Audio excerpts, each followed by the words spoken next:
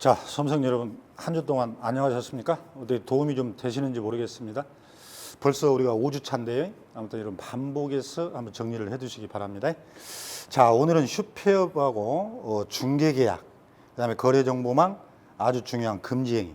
자, 이 부분에 대한 문제를 한번 살펴보도록 하겠습니다.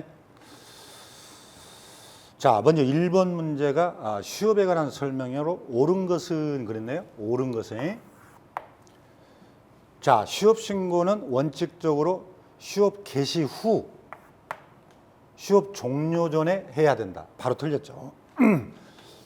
자, 여러분 슈업이 나오면 항상 얘기했듯이 3월 초과 슈업, 그 다음에 폐업입니다.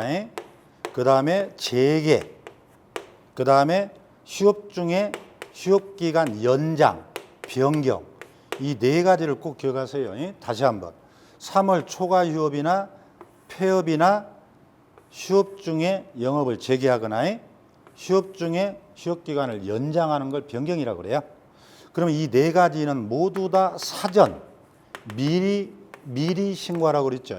따라서 1번 휴업 개시 후가 이미 틀렸죠.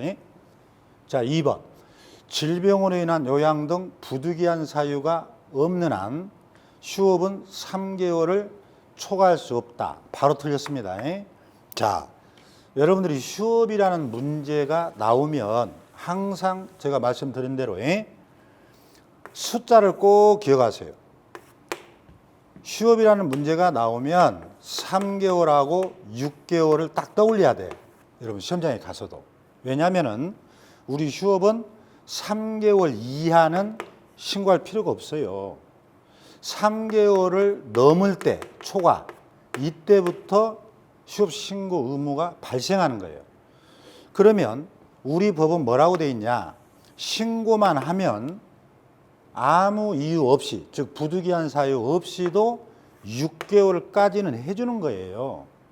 그래서 여러분들은 이렇게 생각해야 돼. 부득이한 사유가 없어도 신고를 하면 6개월까지는 휴업할 수 있다. 이렇게 해야 돼.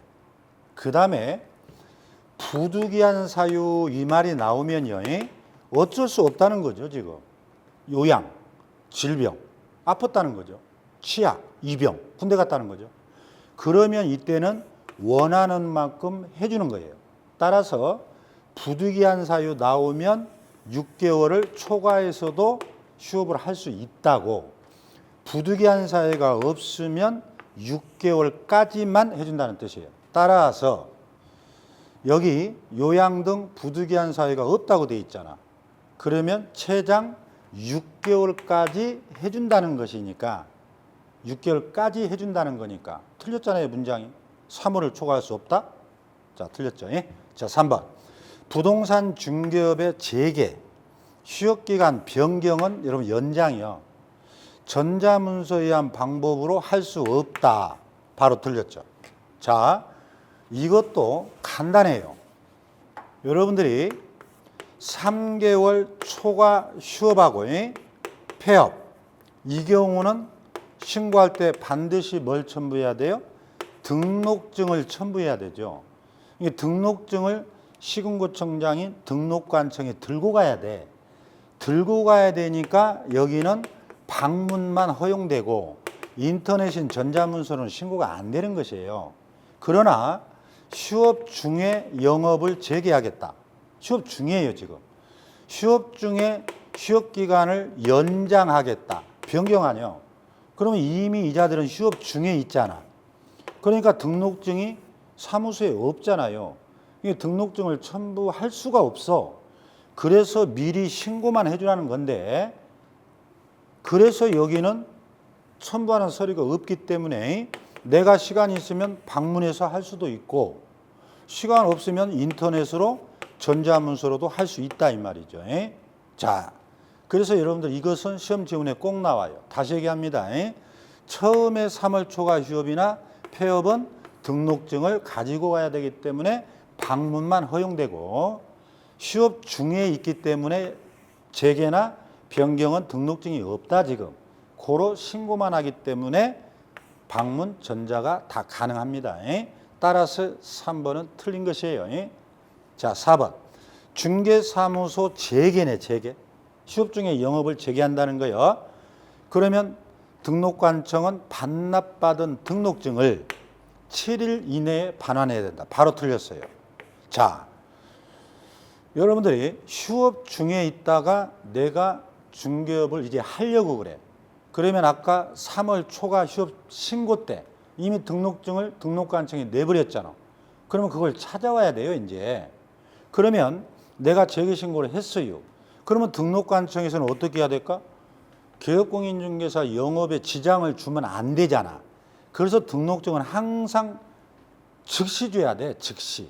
그래서 7일이라면 틀립니다. 왜 등록증을 7일간 끄려야 돼? 지금 개업공인중개사는 등록증을 찾아다가 사무소에 게시하고 바로 지금 계약서를 써야 되는데 왜 7일일까요? 그럼 영업방해예요.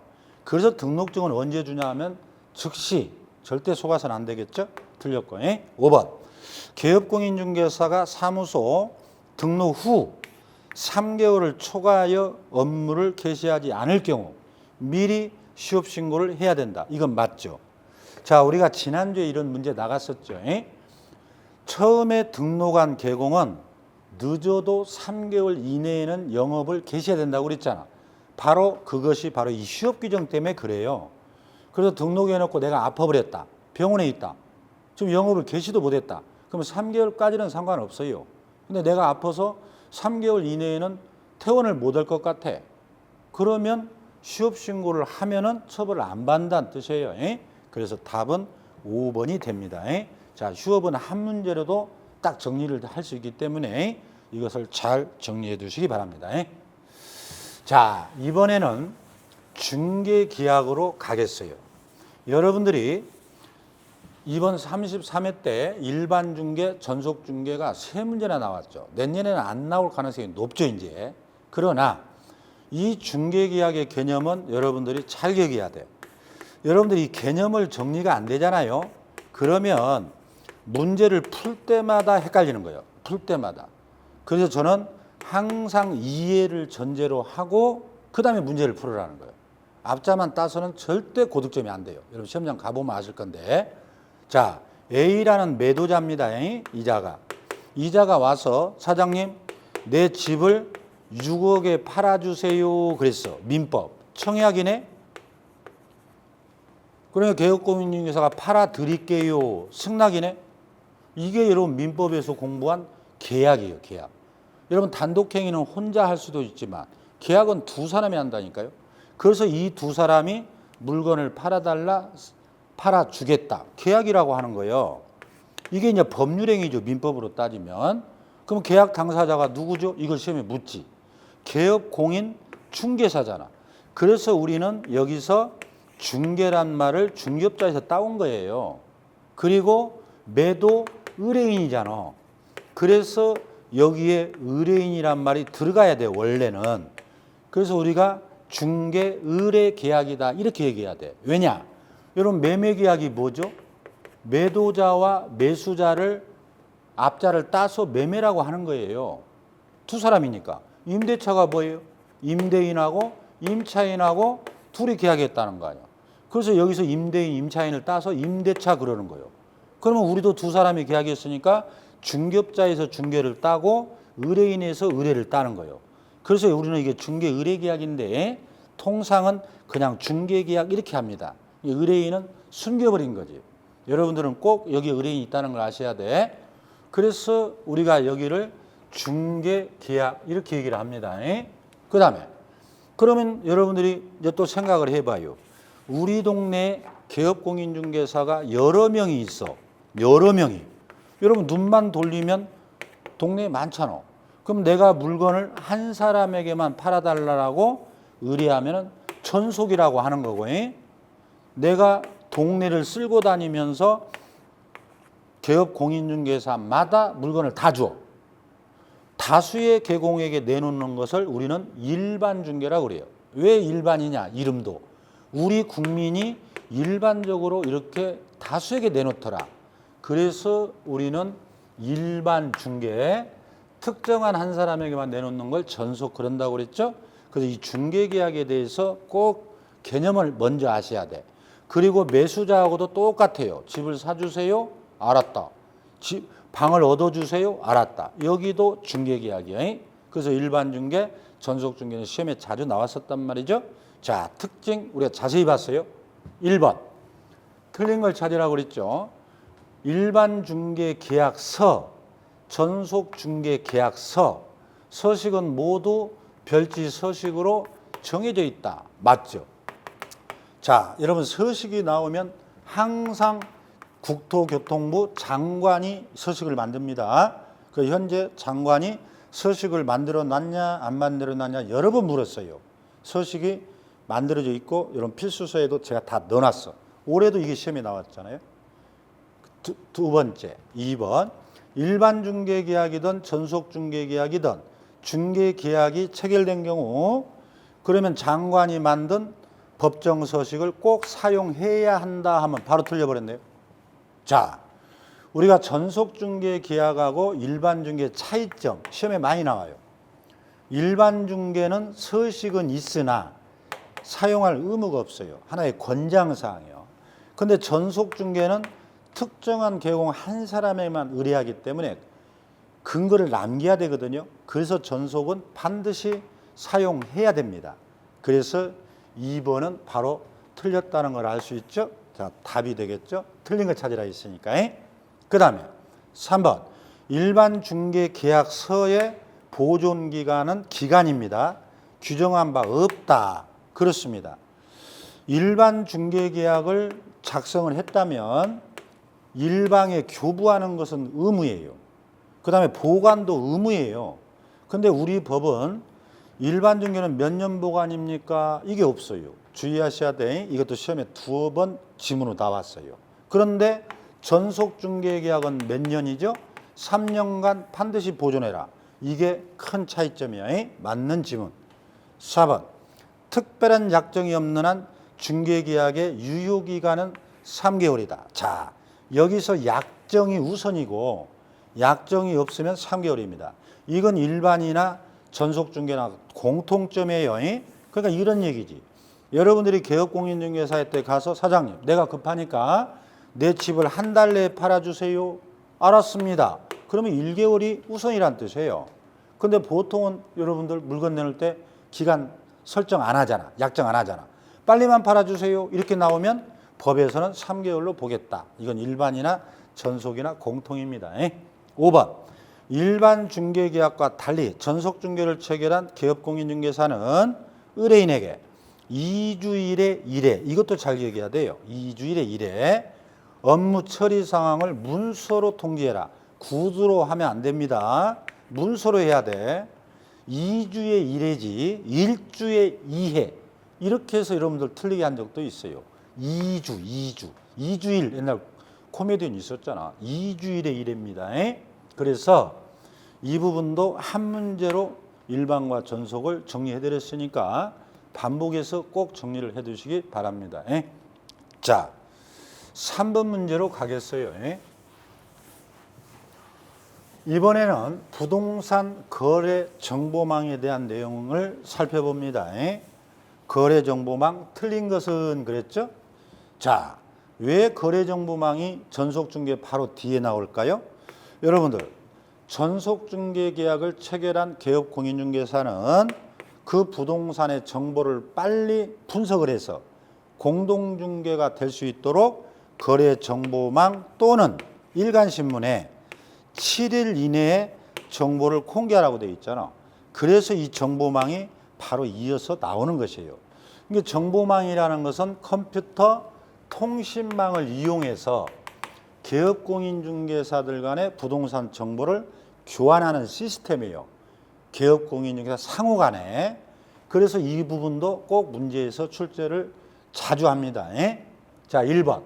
장관은 거래정보망 설치 운영할 자를 지정할 수 있다 그랬어요. 맞는 문장이에요. 여러분, 지정이란 말은 그냥 법률 용어예요. 여러분, 개업공인중개사는 뭐죠? 등록한 자죠. 분사무소는 뭐요? 설치, 신고한다 그랬잖아. 그래서 여기는 등록증이라 하고 분사무소는 신고 확인서라 하고 여기는 지정서라고 합니다. 그래서 여러분들은 정보망이 나오면 무조건 국토교통부 장관이라는 것도 같이 기억하세요. 지정도 장관이 하지만 지정 취소도 장관이에요. 감독도 장관이 합니다. 나중에 청문도 장관이 합니다. 법에 위반하면 과태료 처분도 장관이에요. 그 정보망은 무조건 장관 이렇게 기억합니다. 2번 정보망을 설치 운영할 자로 지정을 받을 수 있는 자는 부가통신사업자여야 되고 첫 번째 장관이 정하는 요건을 갖춰야 돼요. 여러분 부가통신이요. 왜냐하면 정보망은 컴퓨터 통신망 사업이니까 그래서 한국통신을 기간통신이라 하고 거기서 회선을 빌려서 통신 업무하면 다 부가통신이에요. 여러분이 좋아하는 카카오톡 이런 것도 다 부가통신 사업자로 보면 되겠어요. 3번 정보망을 설치 운영할 자로 지정받기 위한 요건으로는 자 요건 꼭 외우라 했죠. 공인중개사가 500명 이상이다. 바로 틀렸네. 가입 신청을 하고 개업공인중개사가 1명 이상. 바로 틀렸죠. 자 여러분 이걸 헷갈려서는 안 돼. 왜냐? 정보망은 개업공인중개사 상호간의 정보를 주고받는 시스템이요. 상호간. 그래서 개업공인중개사가 500명으로 이상으로 회원을 가입시켜야지 공인중개사가 아니란 말이죠. 그래서 공인중개사는 1명 이상이에요. 정보처리기사 1명 이상. 그래서 개공이 500명, 공인중개사는 1명 해서 틀렸다 이 말이죠. 그래서 답은 3번이 일단 되는 거예요. 그 다음에 4번.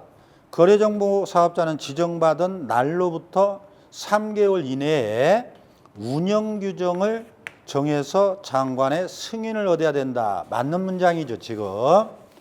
자, 여기서 핵심은 뭐냐면 지정받은 날로부터입니다. 자, 여러분 정보망에서 이 날짜도 시험에 많이 나와요. 아까 이런 요건을 갖춰서 신청을 장관에게 한다고 그랬죠? 그러면 장관은 30일 내에 지정을 해줘야 돼요. 그래서 지정을 이제 받았죠? 30일 내에. 그러면 지정받은 날로부터 운영규정이요. 여러분 운영규정은 일종의 약관이라고 있잖아요. 약관. 이런 보험 설계사가 가져온 약관 그런 거예요. 이것은 3개월입니다. 승인받는 기간이. 또 설치 운영은 어떻게 돼요? 지정받은 날로부터 1년 이내에 설치 운영해야 돼요. 그래서 30일, 3개월, 1년. 이거 문제 옛날에 많이 나왔어요. 잘 기억하셔야 돼. 맞는 얘기. 5번. 거래정보사업자는 공개를 의뢰받은 중개대상물 정보를 개공에 따라 차별 공개하지 마라. 이게 정보 공개 의무예요. 이게 거래정보사업자가 여러 개업공인중개사 회원으로 가입했을 거 아니에요. 근데 어떤 개업공인중개사는 차별해. 한 번 위반하면 막 회원 탈퇴시켜버리고. 이런 거 안 된다. 또 누구는 많이 오랫동안 공개해주고 어떤 개공은 찍혀가지고 공개를 안 하고 이거 하지 마라. 그러면은 지정을 취소당할 수 있어요. 그래서 이 정보사업자도 꼭 한 문제가 나오는데 이런 것들을 집중적으로 딱 정리를 일단 해놓으세요. 그리고 제재는 나중에 우리가 보면 돼요. 자, 이번에는 비밀준수. 자, 비밀준수는 시험에서 잘 나오는 건 아닙니다. 근데 작년에 한번 나왔죠. 최근에. 자, 비밀준수에 대한 내용으로 옳은 것을 찾으라 그랬네요. 비밀준수에 대해서. 자, 1번. 중개 업무를 담당하지 않는 보조원은 비밀준수 의무가 없다. 틀렸네요. 보조원이 이걸 잘하죠. 보조원의 입을 닫아야 돼. 그래서 이 비밀준수는 개업공인중개사 등등 이렇게 법조문이 출발해요. 여러분 등자가 들어가면 뭐라 했어? 모두를 가리킨다 했잖아. 우리 법에 등자 들어가는 거 5개 나와요. 총 6개요. 그것만 등자만 조문을 찾아내도 한 문제 무조건 풀어요. 우리가 수업 시간에 얘기하지만. 그래서 비밀준수는 등자가 들어간단 말은 개공뿐만 아니라 사원님은 소공 보조원 모두 다 입을 닫아라 이렇게 돼 있으니까 틀렸죠? 2번. 개공 등이 중개업무에 종사하는 기간 동안 준수해야 하는 의무다. 틀렸죠? 기간만 하는 게 아니라 이런 가치 부동산에 근무할 때 내가 손님의 비밀을 알았어. 그럼 나중에 딸기 부동산으로 내가 옮겼어. 그래도 가치 때 알았던 비밀은 입을 닫으라는 거예요. 그래서 퇴직한 이후에도 입을 닫아라 해서 재갈조항이요. 재갈을 불렸다니까 말처럼. 동안만 틀렸습니다. 태지 후에도 지켜야 된다. 3번. 계공 등은 이법 및 다른 법률에 특별 규정이 있는 경우에도 비밀을 누설해서는 아니 된다. 틀렸죠. 여러분 봐봐요. 비밀을 어떤 경우에도 누설을 못하게 하면 이 세상에 객관적인 진실은 나오지가 않는 거예요. 그래서 법에는 꼭 예외가 있어.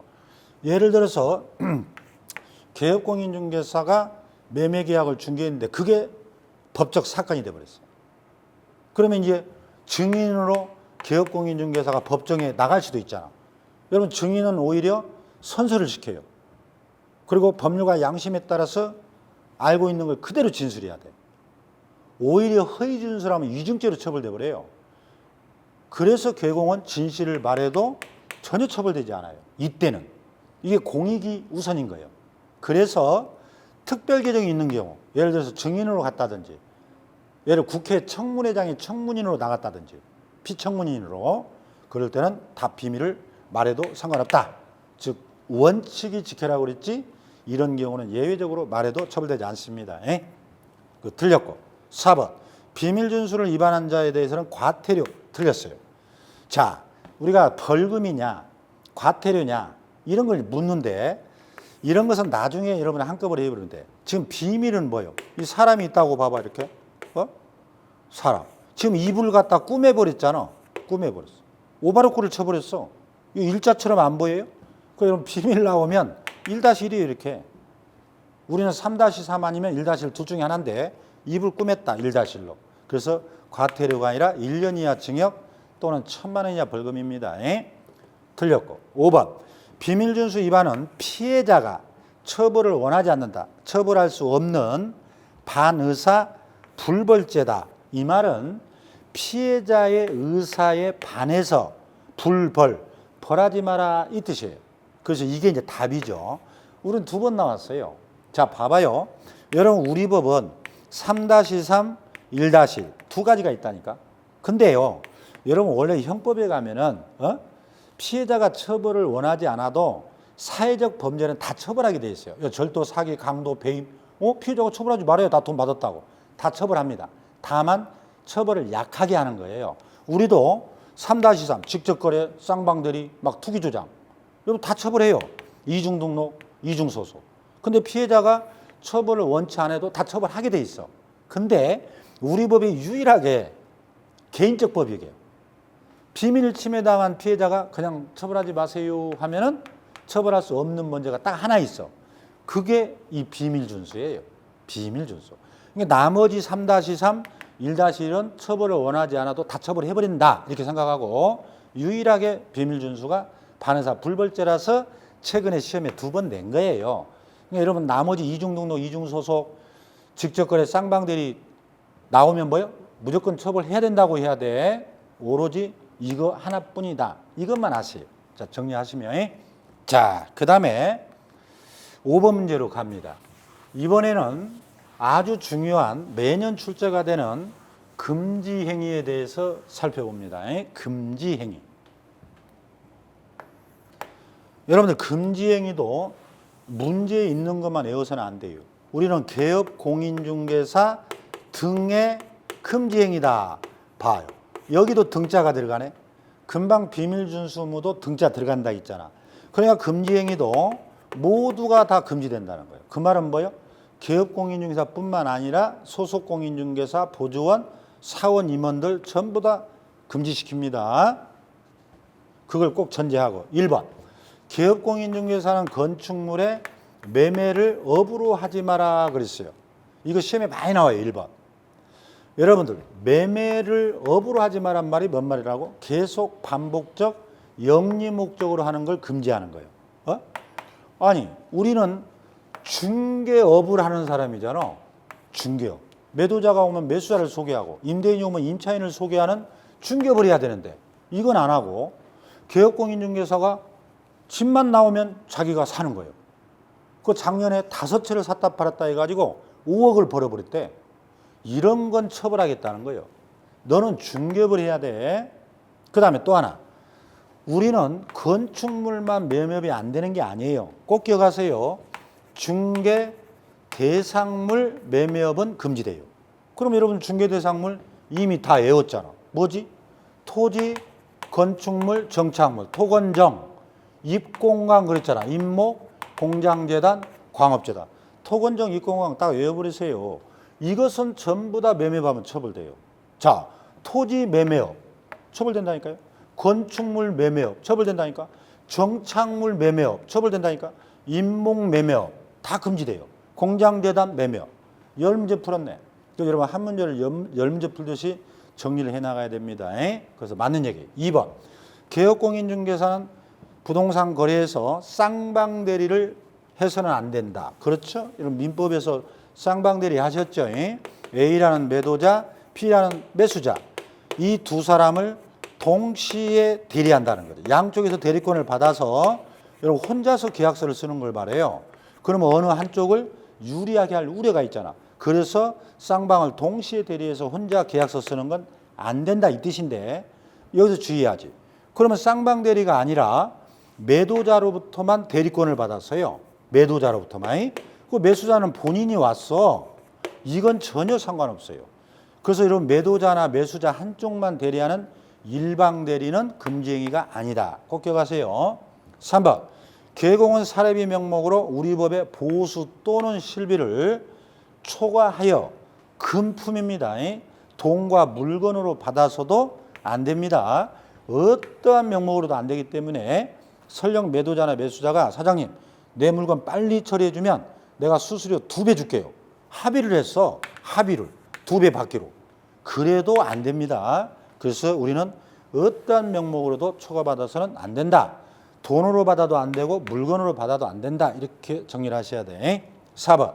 공인중개사법의 관련법에서 정한 한도를 초과하는 부동산 중개 보수 약정은 전부가 무효다. 자, 이게 틀렸어요. 전부가 무효다 하면 틀려요. 우리는 초과된 일부만 무효가 됩니다. 일부만. 예를 들어서 보수가 원래 500이에요. 근데 이 사람이 700만 원을 주기로 했다니까? 내 거 빨리 팔아주면?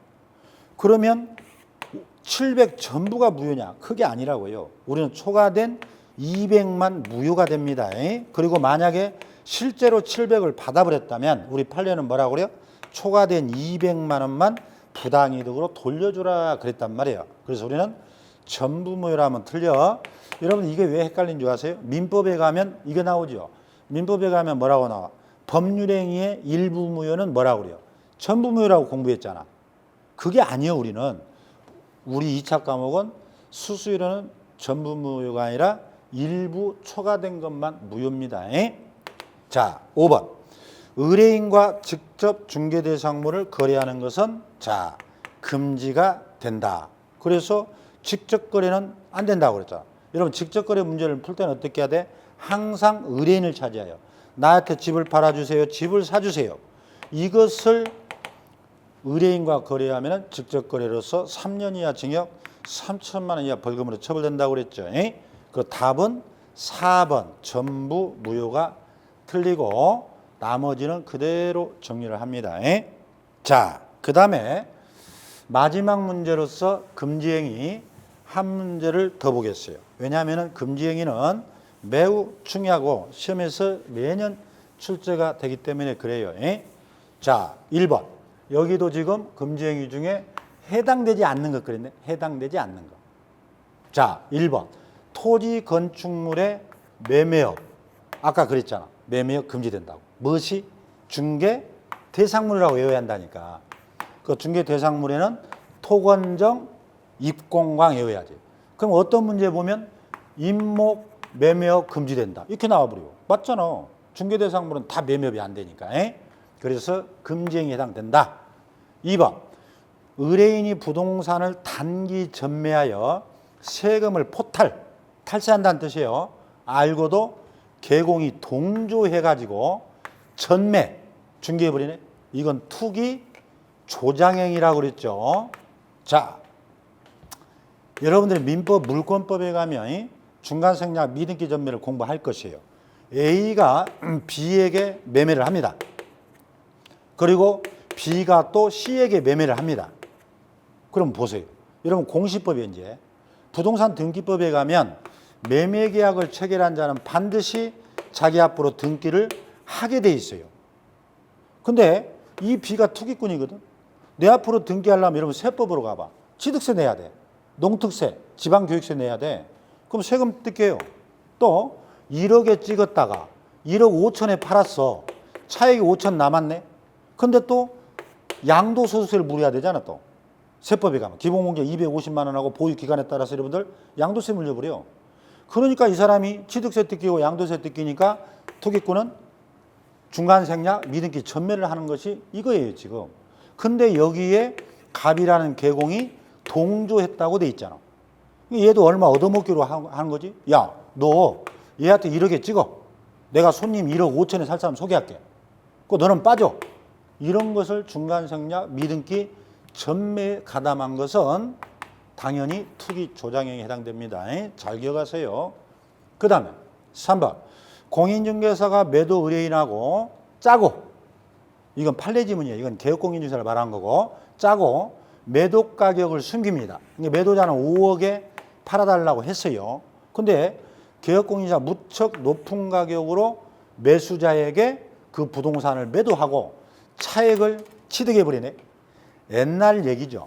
요즘에는 손님들이 직접 와버리기 때문에 쉽지 않아요. 옛날에 그런 거 많았습니다. 매도자가 저 강원도니까 너무 멀어. 그래서 강원도에 있는 계공한테 그냥 5억이면 팔아주세요 그랬단 말이에요. 왜? 중개업자가 시세가 5억이라 있으니까. 나는 바빠서 못 가요 그랬더니 오지 말해. 내가 알아서 팔아서 다 잔금까지 계좌 이체해 주겠대. 나중에 알고 봤더니 이 사람한테는 6억에 팔아버린 거예요. 6억에. 시세를 속였죠. 그리고 자기가 1억이라는 차액을 취득한 거예요. 이렇게 가격을 숨기는 거, 이거 여러분들 기망에 해당돼요. 사기친 거예요. 이건 1년 이하 징역, 1,000만 원 이하 벌금으로 처벌되는데 금지입니다. 그래서 여기서는 키워드가 차액 취득을 꼭 기억하세요. 가격을 숨기고 차액을 개공이 취득해버린 것은 금지에 해당됩니다. 4번 개업공인중개사가 소유자로부터 거래에 관한 대리권을 수여받은 대리인과 직접 거래해버린대. 자, 그런 경우 또 많죠. 여러분 민법에서 대리 공부했죠. 대리. 여러분 민법에 공부한 내용을 우리 2차 과목으로 그대로 가져와야 돼. 민법 잘하는 사람은 우리 과목 잘할 수밖에 없어요. 자, A가 있어요. 근데 A가 갑이라는 계공에게 자, 내 집을 팔아주세요 하고 이번에는 본인이 왔어. 근데 자기가 사버렸어. 의뢰인 거를. 직접 거래잖아. 근데 본인이 안 오고 대리인이 왔다니까요. 대리인. 만약에 B가 내 물건은 아닌데요. 물건 좀 팔아주세요. 그래요? 그럼 내가 살게요. 대리인하고 계약했네. 그럼 여러분 민법에서 뭐요? 대리인의 법률행위는 본인에게 기속된다고 공부했잖아. 이게 본인이 계약하나 대리인이 계약하나 법률 효과는 똑같다고. 그래서 직접 거래가 되는 겁니다. 법률 효과가 본인에게 기속된다. 민법 아신 분들은 한 방에 이런 것은 바로 이해할 수 있어요. 직접 거래 됩니다. 그래서 이것 여기까지는 다 지금 금지행위에 해당되죠. 5번 하나 볼까요?